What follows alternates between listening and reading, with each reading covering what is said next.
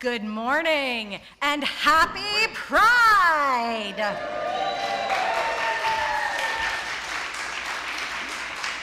Welcome, both in the sanctuary and online, to the Sunday service of the Unitarian Universalist Church of St. Petersburg, on the unceded ancestral lands of the Tocobaga and Seminole Native Americans.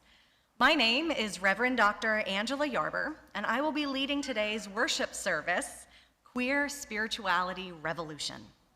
I'm happy to be joined today by today's worship associate, Reverend Ben Atherton-Zeman. Thanks, Angela. Good morning, everyone. You can try it again. Good morning. Good morning. Oh, hello. In addition to being today's worship associate, I'm also the minister here, for those of you who are new. And if you do want a church where trans people are welcome and beloved, and drag queens and drag kings are welcome and are beloved, and people who need abortion care are welcome and beloved, and everyone is welcome, I have good news. You may have found your church home.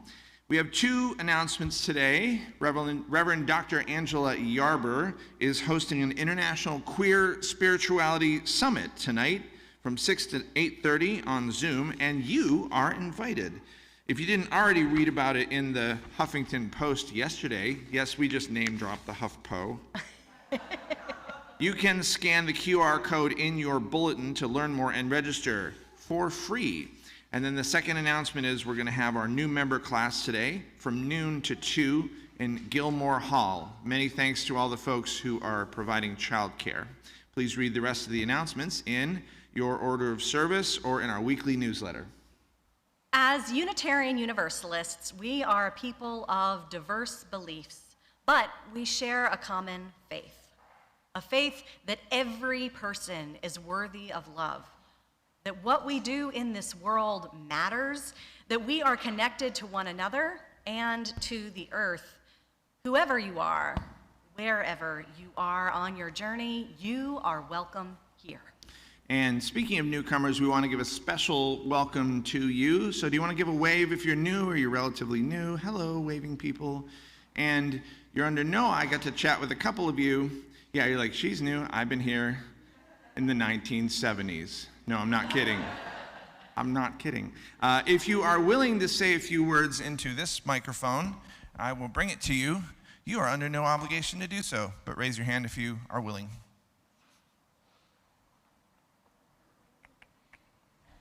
Thanks, Danny. I was hoping you'd raise your hand. Not sure what I'm supposed to say, but it's good to be back. I came here in the 1970s as an 11-year-old child from my adoptive parents. Used to bring me here. I ended up going off to Father Flanagan's Boys Home, Boys Town, Nebraska, where I was indoctrinated into that type of religion, and I decided that it wasn't for me. This always was for me. I'm sorry that he never came back.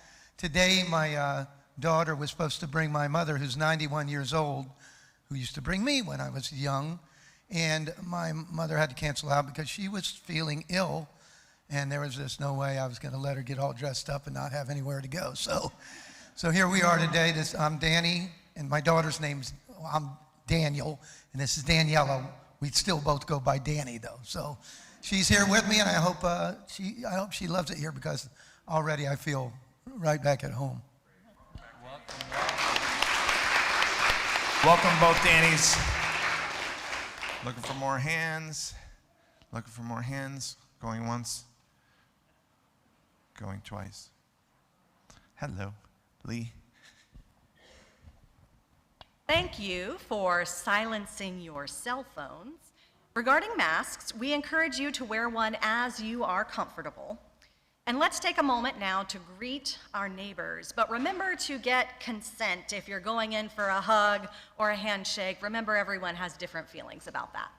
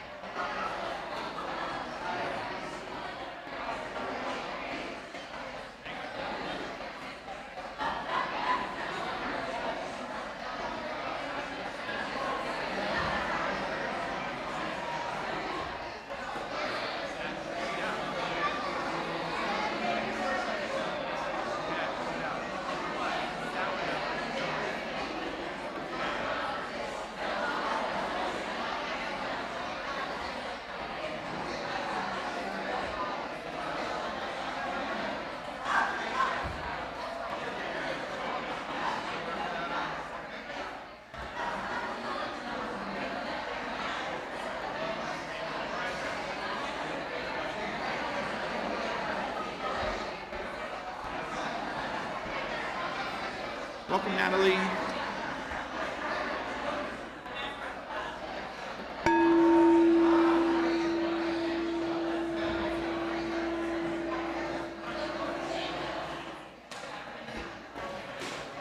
We light our chalice to find inner peace, to find love for one another, and find faith in ourselves, and also to be welcoming to whomever we meet and kind to all living creatures.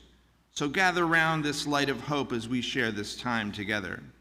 As Lillian lights our chalice, please give voice to our shared connections by saying our covenant together. The words can be found in your program. YouTube Live friends, they can be found in the text chat. Love is the spirit of this church, and service its law. This is our great covenant, to dwell together in peace, to seek the truth in love, and to help one another. Thank you, Lillian. Now please rise as you're willing and able for our first hymn. We are a gentle, angry people. It's number 170 in the gray hymnal. Yes, there are 6 verses. They're all awesome. We're singing all of them.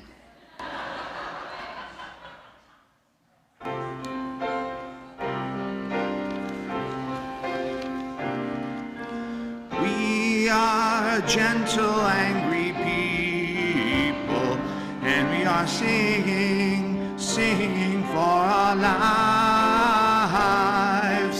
We are a gentle, angry people, and we are singing for our lives. Justice-seeking people.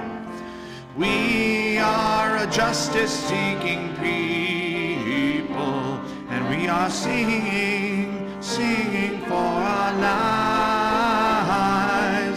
We are a justice-seeking people, and we are singing for our lives. Young and old together.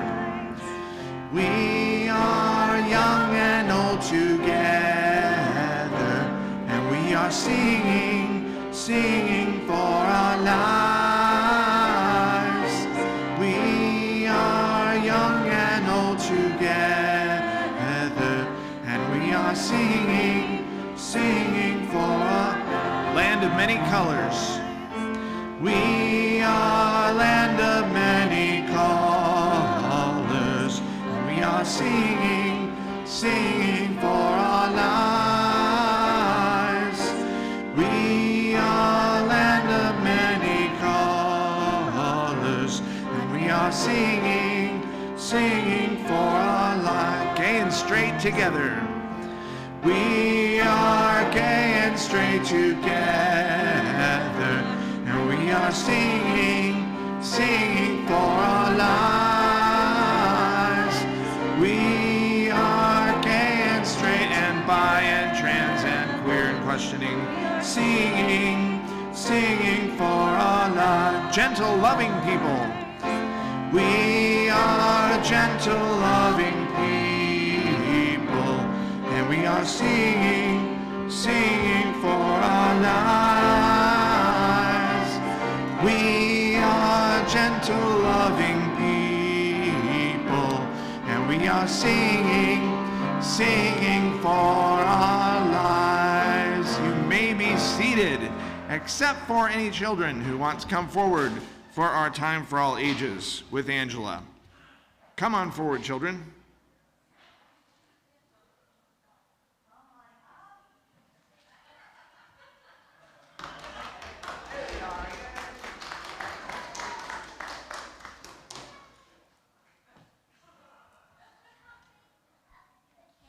Yes, high five. Good morning. It is so good to see all of you. Do you want to come have a seat with us? All right. Now, some of you might not know me, but I bet you know my kiddos, Raya and Lillian. I am one of Raya and Lillian's moms, so you can just call me Raya and Lillian's mom. Or you can call me Angela. And, or mom, yeah, you can call me mom. High five for that. All right. So this month, we are celebrating something called Pride. Does anyone know what Pride is? Pride Month? Any ideas? You get to say it in the microphone. No? Pride Month is when we celebrate lesbian, gay, bisexual, transgender, queer, intersex, asexual people. And we call it queer because that's a long thing to say. Because you know what? In a lot of places, and even in our state, and in a lot of times, queer people weren't allowed to be proud of themselves. And we want to say, you can be proud. It looks like we have a question over here from my own child. Yes, dear. What's pride? Pride? Yeah, what's pride? Pride means being really confident in yourself and loving yourself and knowing that who you are is worthwhile. And you know something? I bet that some of you have friends, maybe at school, from different religions. Maybe a friend who is Catholic. Does anyone know if they have a Catholic friend? Yeah, you have a Catholic friend. You have a Catholic friend. Does anyone have a Catholic friend? Okay, so Catholic friends sometimes use these special beads to help them pray. They're called rosary. And every time they touch a bead, it reminds them of a prayer for their spirit. What about, do any of you maybe have a friend from your neighborhood or camp who is Buddhist or Hindu? Oh, you have and you have a Buddhist and Hindu friend? Any of you have Buddhist or Hindu friends? Yeah. Oh, you have a kindergarten friend? Okay. A kinder friend, okay. Well, our Buddhist and Hindu friends also use beads. They're called japa mala. And when they touch a bead, it helps them say a special meditation for their spirit. And I thought since most religions and most spiritualities have special beads, we should have some special queer spirituality beads. So Reverend Ben is going to give everyone a different color of the rainbow bead. Yeah, you can pick out what color you want. Remember, they're all equal. No matter what color you get, you are a valid part of the rainbow. Oh, maybe I'll bring one over here. Yeah, you want to come pick one out over here, Ray?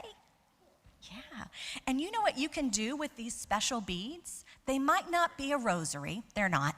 They might not be a japa mala, but they are a special queer spirituality bead where you can touch a bead, so everyone touch one bead. Ready? Touch one bead. And our meditation, our prayer is to know in our hearts, I am fabulous. So everyone put your hand on one bead and say after me, 1, 2, 3. I am fabulous. Who wants to say, I am fabulous? Oh, what a surprise. Lillian does. Okay. I am fabulous. Yes, you are. Who else wants to say, I am fabulous? Do you want to say, I am fabulous? No? Do you want to say, I am fabulous? Okay, let's hear it, Ray. Yes, you are fabulous. All right. Anyone else? All right, let's hear it. I am fabulous. Either of you want to say it? Anyone want to say, I am fabulous? Oh, okay. I am fabulous. Yes, you are. Does anyone want to say, I am fabulous in like a robot voice or anything like that? Okay. I am fabulous. All right. You want to say it, Ray? I said, Okay. All right. And I think all the grown-ups need to know that they're fabulous too, even without beats. So on the count of 3, let's lead the grown-ups in our prayer of I am fabulous. 1, 2, 3. I am fabulous. All right, so fabulous kiddos, you can head off to religious education after this. After we collect food, because this is the time for our food collection. Dick, do you want to tell us about it? Well, I know a lot of you are like me and forget to bring your food. How many people forgot to bring their food? Oh my gosh. That's why you need a UU food bag. You keep this in your kitchen. I had them on display, so after the service you can get your bag, and you won't forget the next time. How many like the food bag? Isn't it beautiful? Oh my goodness.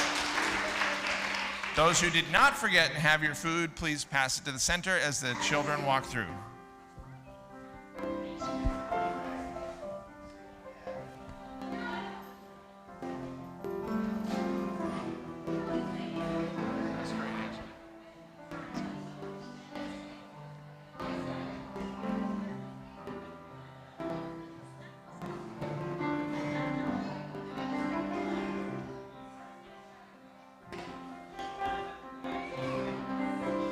It's also your last chance to write joys and sorrows on cards.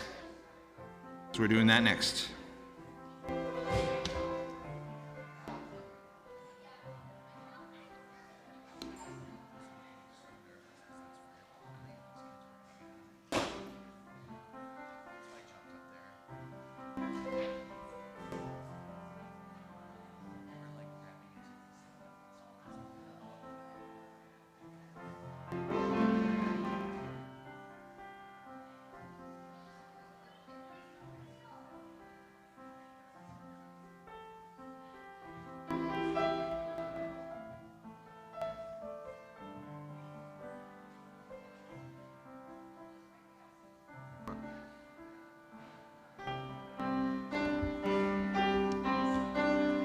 Go now in peace, go now in peace.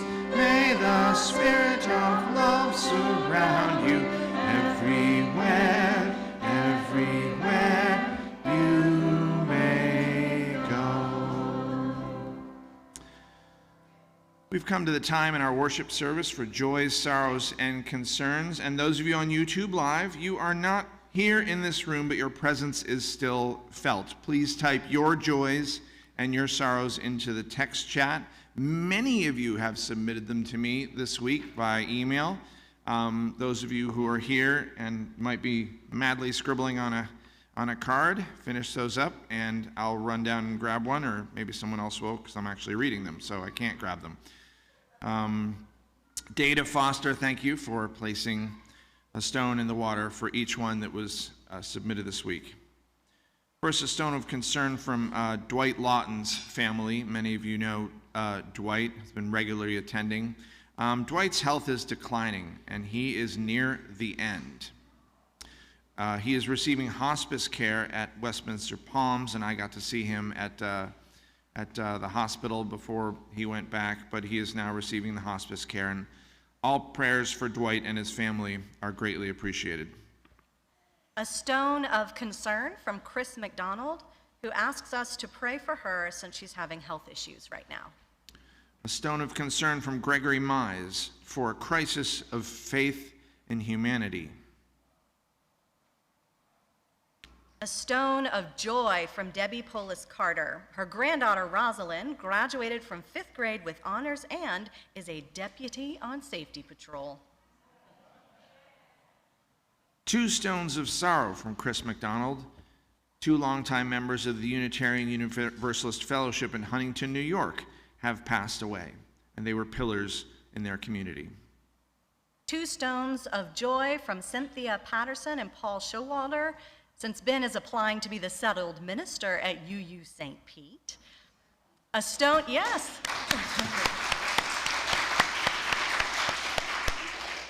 And simultaneously a stone of sorrow from Susan Scott for the same reason, since she was hoping Ben would consider being the minister in Chico, California. Sorry, Susan. A stone of joy from music lover Kate Krupa. Kate thanks everyone who led the singing with John and James out of town both last summer and this summer. It was noticed. A stone of concern from Lucinda Zeman. Her mother, Luella, is 89 years old, lives alone, and is facing health concerns. Please send healing energy her way. A stone of joy from many of us on the occasion of Ruth Bentley's 90th birthday yesterday. A lot of you were there. It was such a wonderful party. And we want to say thanks to the Motter family for donating these beautiful flowers for today's worship service.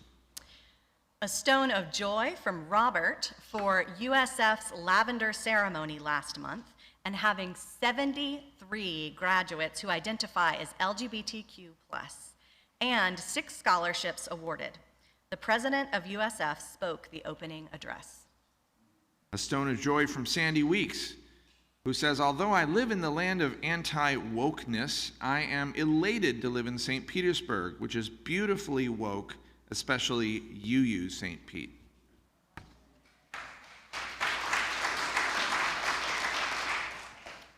A stone of concern from Christine Barker, my child Quinn, who is going through a difficult time. A stone of, I think, sorrow and concern from Lee Allen.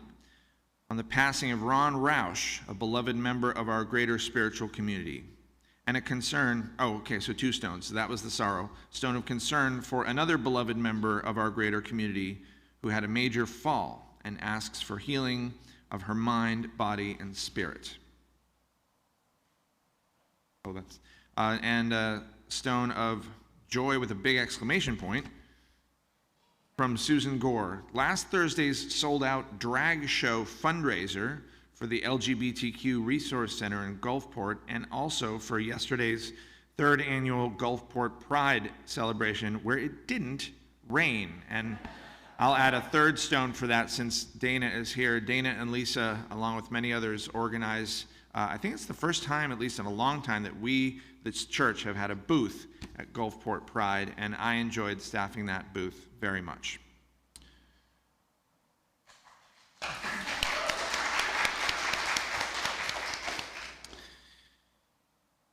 Let's bring to mind and hold close to our hearts Lucinda's mom, Luella, Ron Roush and Ron's family, the beloved member of Lee Allen's community, Chris McDonald and the community up in Huntington, Gregory Mize, and all of us, both who have stated out loud and who have not stated these sorrows, these concerns, these health challenges. May our hearts not become calloused by the never-ending incidences of oppression and hatred that so many face each day. Rather, may we keep our hearts open to the positive efforts of so many people causing good trouble in the world.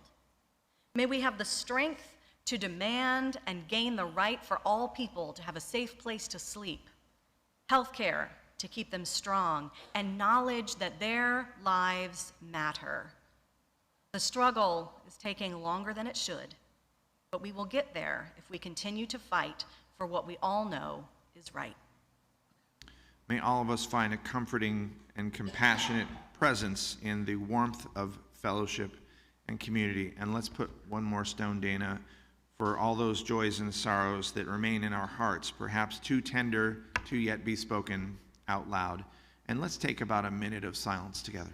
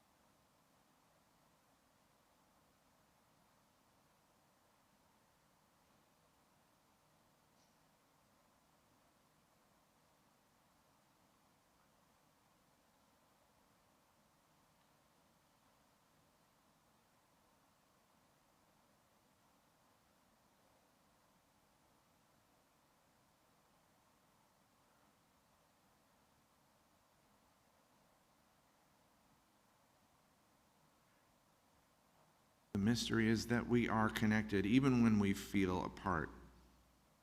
So let's rejoice in our beloved community that makes of the many one. So may it be.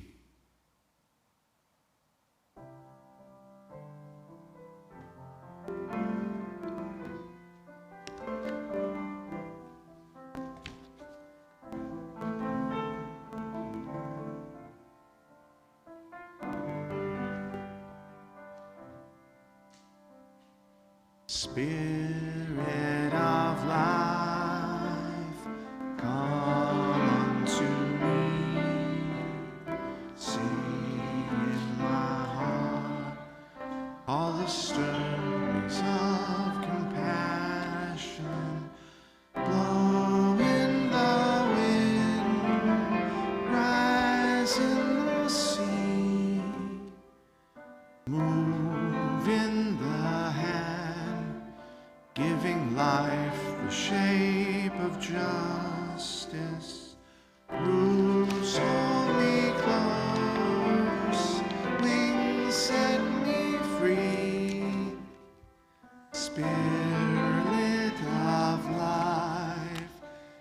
to me, come to me.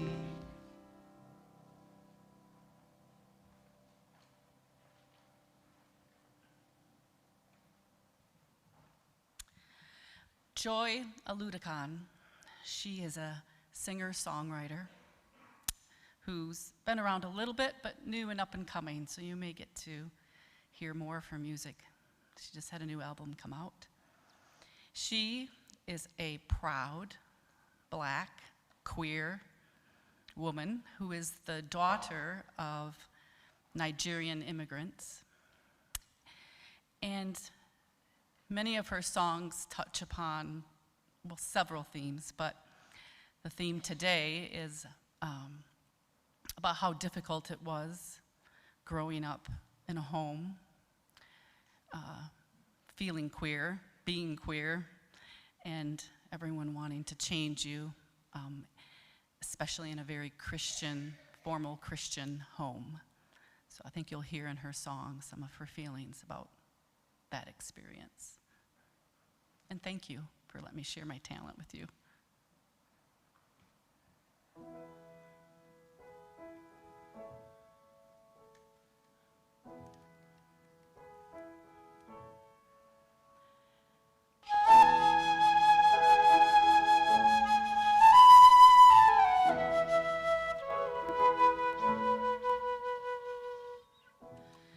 They washed me in the Jordan, and then they tried to set me free. They got the stains out, but now it's too damn hot to breathe. They told me he's a good Lord as they tied the shackles to my feet. They drowned me in the Jordan, and then they walked away from me. I washed up on the shores alone in a tattered wedding gown, disillusioned in my heart, and everything I know, well, it let me down, down, down. That is where you found me, grace and whiskey on your breath. You pulled me back on my feet and taught me to dance again. Now we're building our own promised land. On this new ground we stand. God bless the land.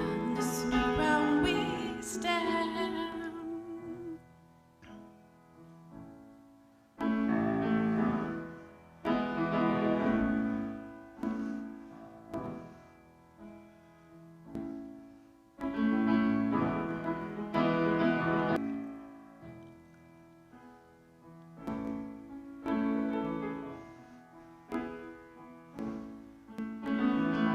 Out here in the wild, you loved me though I was not lovely or deserving.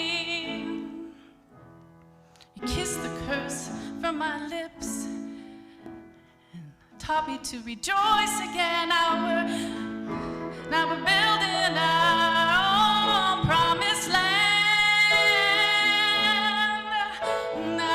On this new ground we stand.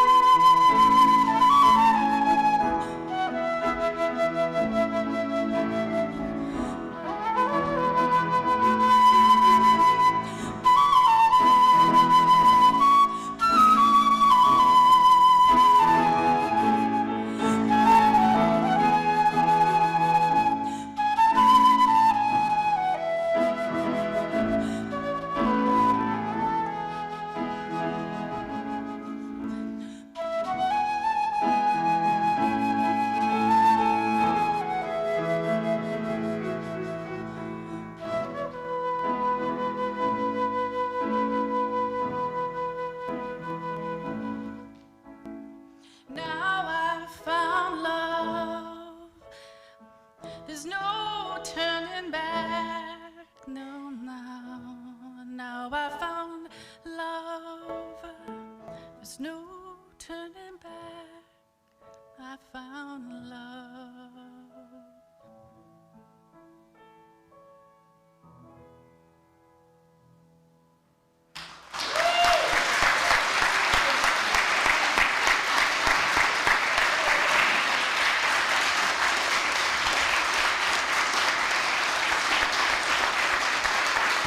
Deb Carlson.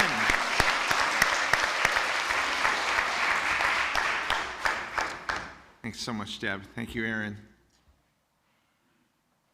Reverend Dr. Angela Yarber is an award-winning author, artist, retreat leader, and professor. 5 of her 8 books were listed in Q Spirit's top LGBTQ religion books. And she is launching a queer spirituality membership program this month.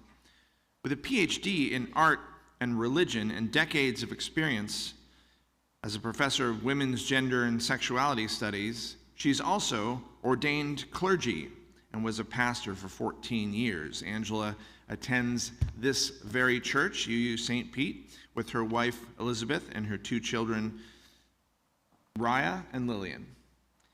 Her work's been featured in Forbes, Ms. Magazine, Huffington Post, NPR, and the television show Tiny House Nation. To deliver this week's reflection, I am thrilled to welcome Reverend Dr. Angela Yarber.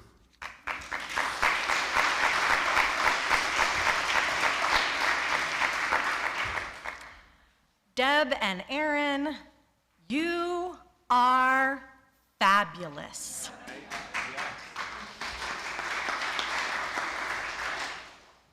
We are building our own promised land. I ducked as an offering plate whizzed past my head.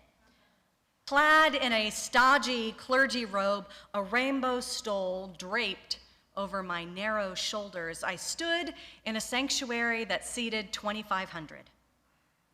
I was pastor of an open and affirming church, which is essentially religious jargon claiming they welcome and affirm queer people, something, as we all know, most churches prohibit.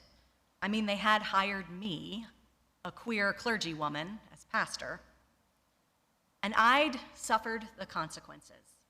A thick hate mail folder bulged in my filing cabinet.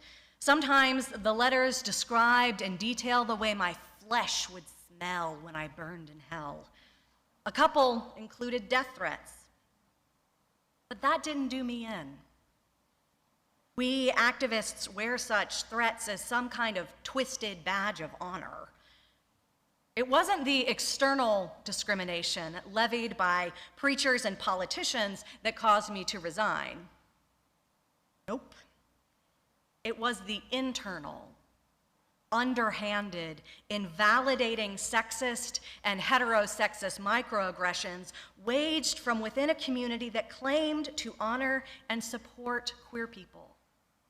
A community not all that different from St. Pete. For my own mental, spiritual, and now physical health, those offering plates are heavy, people, I decided to leave. I felt like such a failure. Creative queer ministry was what I dedicated my life to. It was my calling. It was what I studied for 11 years of higher education. An undergraduate degree in religion led to seminary, which paved the way for a PhD, where I studied the role of feminist and queer bodies in world religions. Even more, though, I felt the church had failed me. I knew going in that most churches didn't affirm queer people. In fact, they were antagonistic, hateful, exclusive. But I had hope in so-called reconciling ministries aimed at welcoming the LGBTQIA+ community. Though many amazing queer ministries exist within myriad wisdom traditions, my experience was that religion still had to be translated through the lens of heteronormativity. I didn't want to reconcile myself to those institutions, but to reimagine spirituality altogether. Stay and fight, some queer congregants begged me. But I'd fought valiantly for 15 years, and those stained glass walls were caging me in, contorting me into a version of myself that was depressed, anxious, and sick. I didn't want to live like that. And I certainly didn't want to raise my children in that world. So after nearly 15 years as a pastor, I realized that institutional religion was toxic for queer women like me. So I left to traverse the American landscape with my wife and toddler, researching the lives, legends, and legacies of revolutionary queer women of color. My travelation was this. In order for religion, any religion, to be truly affirming of all people, we must queer spirituality. For the next decade, I pondered, created programs, researched, painted, published books, even taught courses about queer spirituality. But it wasn't until our beloved home state of Florida's anti-LGBTQIA+ legislation that it dawned on me what exactly it means to queer your spirituality. In light of Don't Say Gay, legally prohibiting gender-affirming care to minors, legislating that hospitals and doctors can refuse treatment based on religious grounds, and banning books about us, I feel the need to double down on queer spirituality for myself and for my community.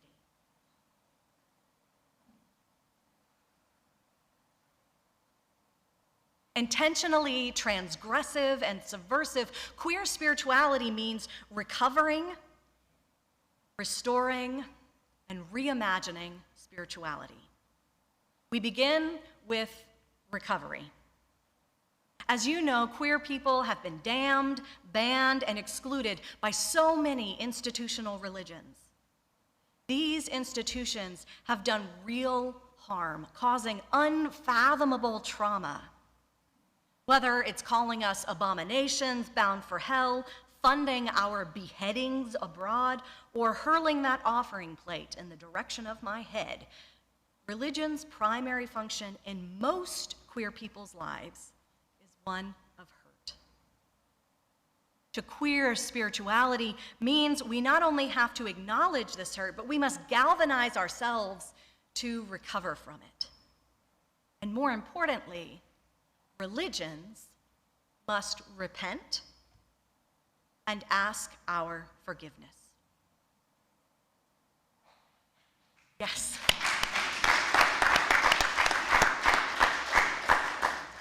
Queer Chicana feminist Gloria Anzaldúa is our guide in this recovery.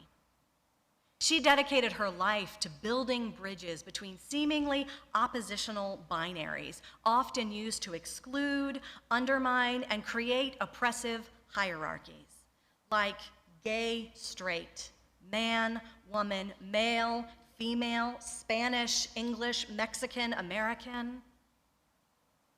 Coining the term spiritual activist, she talks about the creative potential of recovering el daño, healing from the damage wrought by religion and society. In doing so, we become comadres en la lucha, co-mothers in the struggle. Anzaldúa emboldens us to build a bridge from our trauma to our healing. Because the first step toward queer spirituality is recovering from the ways religion has hurt us individually and collectively. After recovery comes restoration.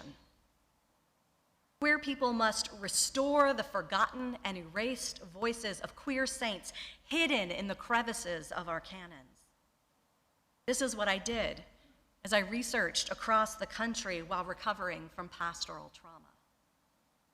In peeling back the layers of history told through the lens of straight supremacy, we find countless inspiring, bold, faithful stories of queer saints from every major wisdom tradition. In order to queer our spirituality, we must uncover their stories and proclaim them with the fervor of an evangelical preacher.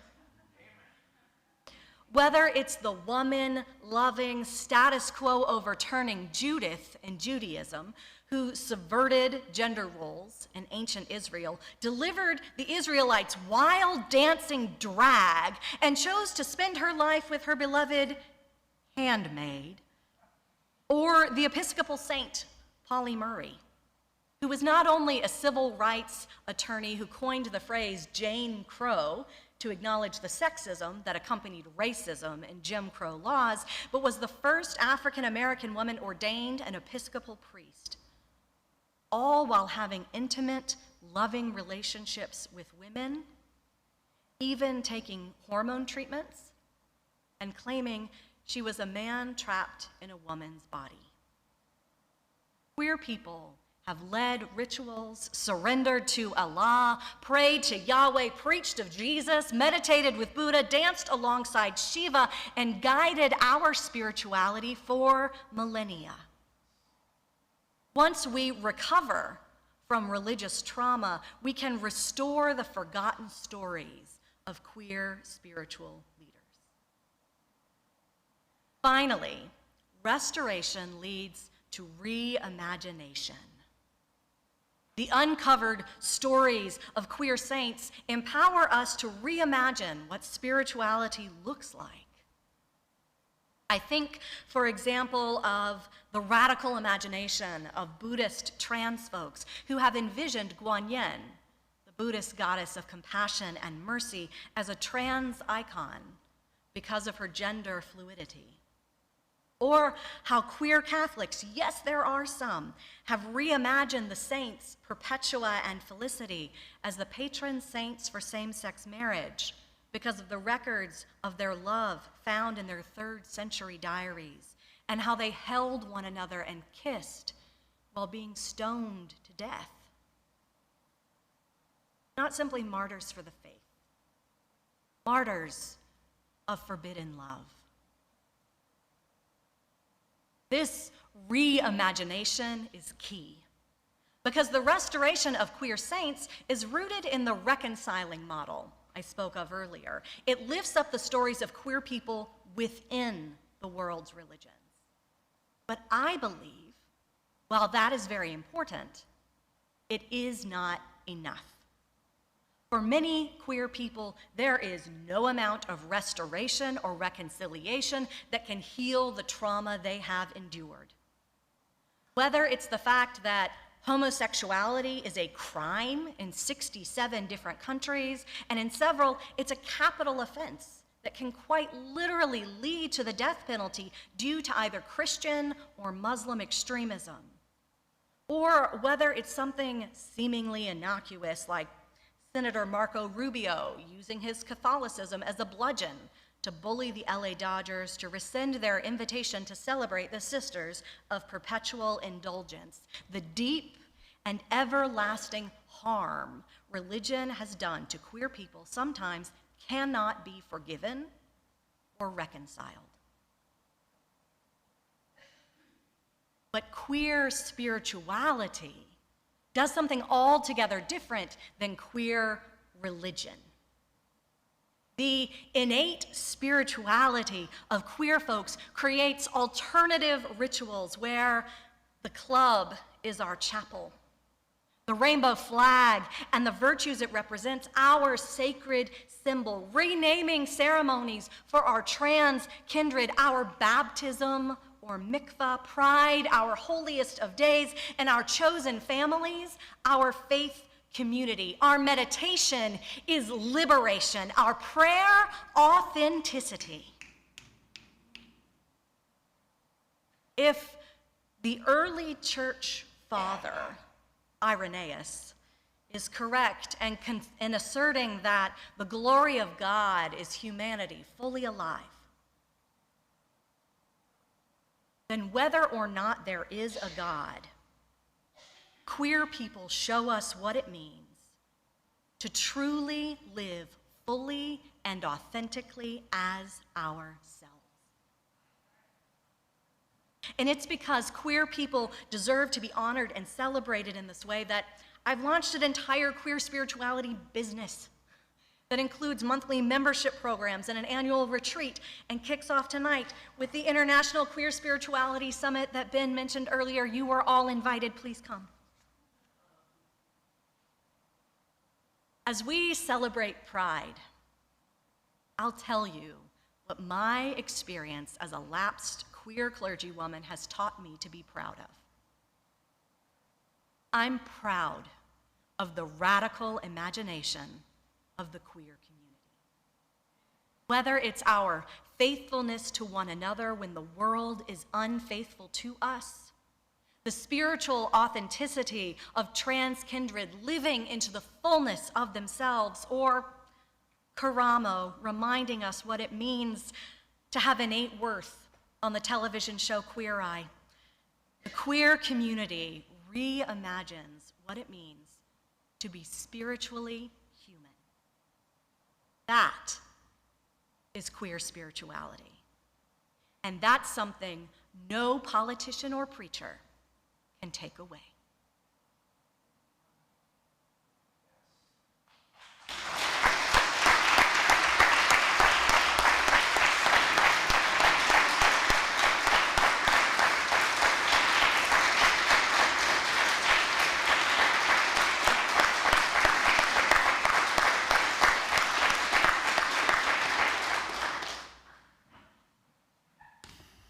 Thank you so much.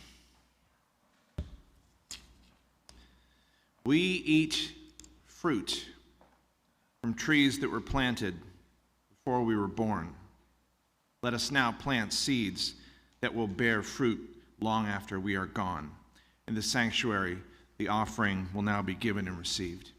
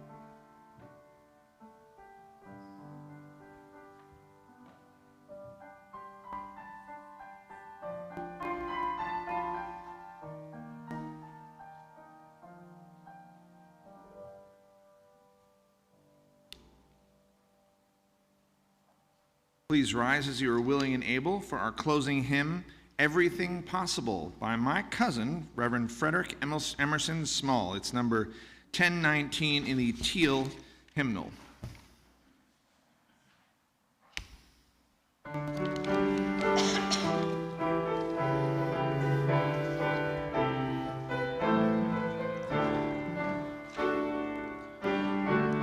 We've cleared off the table, leftovers saved, washed the dishes and put them away. I've told you a story, tucked you in tight at the end of your knockabout day. As the moon sets its sails to carry you to sleep over the midnight sea, I will sing you a song no one sang to me. May it keep you good company. You can be anybody you want to be. You can love whomever you will. You can travel any country where your heart leads. No, I will love you still. You can live by yourself, you can gather friends around, you can choose one special one. And the only measure of your words and your deeds will be the love you leave behind when you're done. There are girls who grow up strong and bold, there are boys quiet and kind. Some race on ahead, some follow behind, some go in their own way in time. Some women love women, some men love men, some raise children, some never do. You can dream all the day, never reaching the end of everything possible for you. Don't be rattled by names, by taunts, by games, but seek out spirits true. If you give your friends the best part of yourself, they'll give the same back to you. You can be anybody you want to be. You can love whomever you will. You can travel any country your heart leads. No, I will love you still. You can live by yourself. You can gather friends around. You can choose one special one. The only measure of your words and your deeds will be the love you leave behind when you're done. Please stay standing as we extinguish our chalice, as Angela extinguishes our chalice. The words to our traditional chalice extinguishing are in your order of service. Online, they are in the text chat. We extinguish this flame, but not the light of truth, the warmth of love, or the fire of courage. These we carry in our hearts and out into the world. You may be seated while Aaron plays the postlude.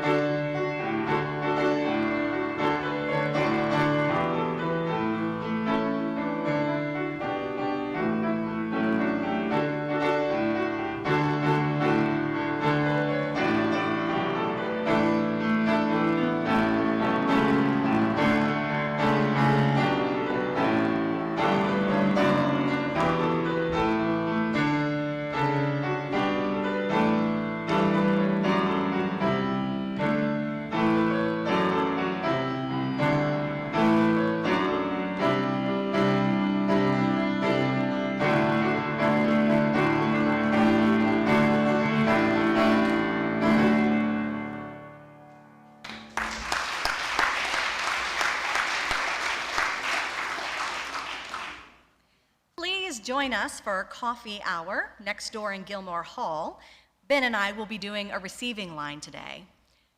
As you go, hear these words from Black feminist, queer author, and pedagogist Bell Hooks, who says, "Queer, not as being about who you're having sex with, though that can be a dimension of it, but queer as being about the self that is at odds with everything around it and has to invent and create and find a place to speak and to thrive and to live."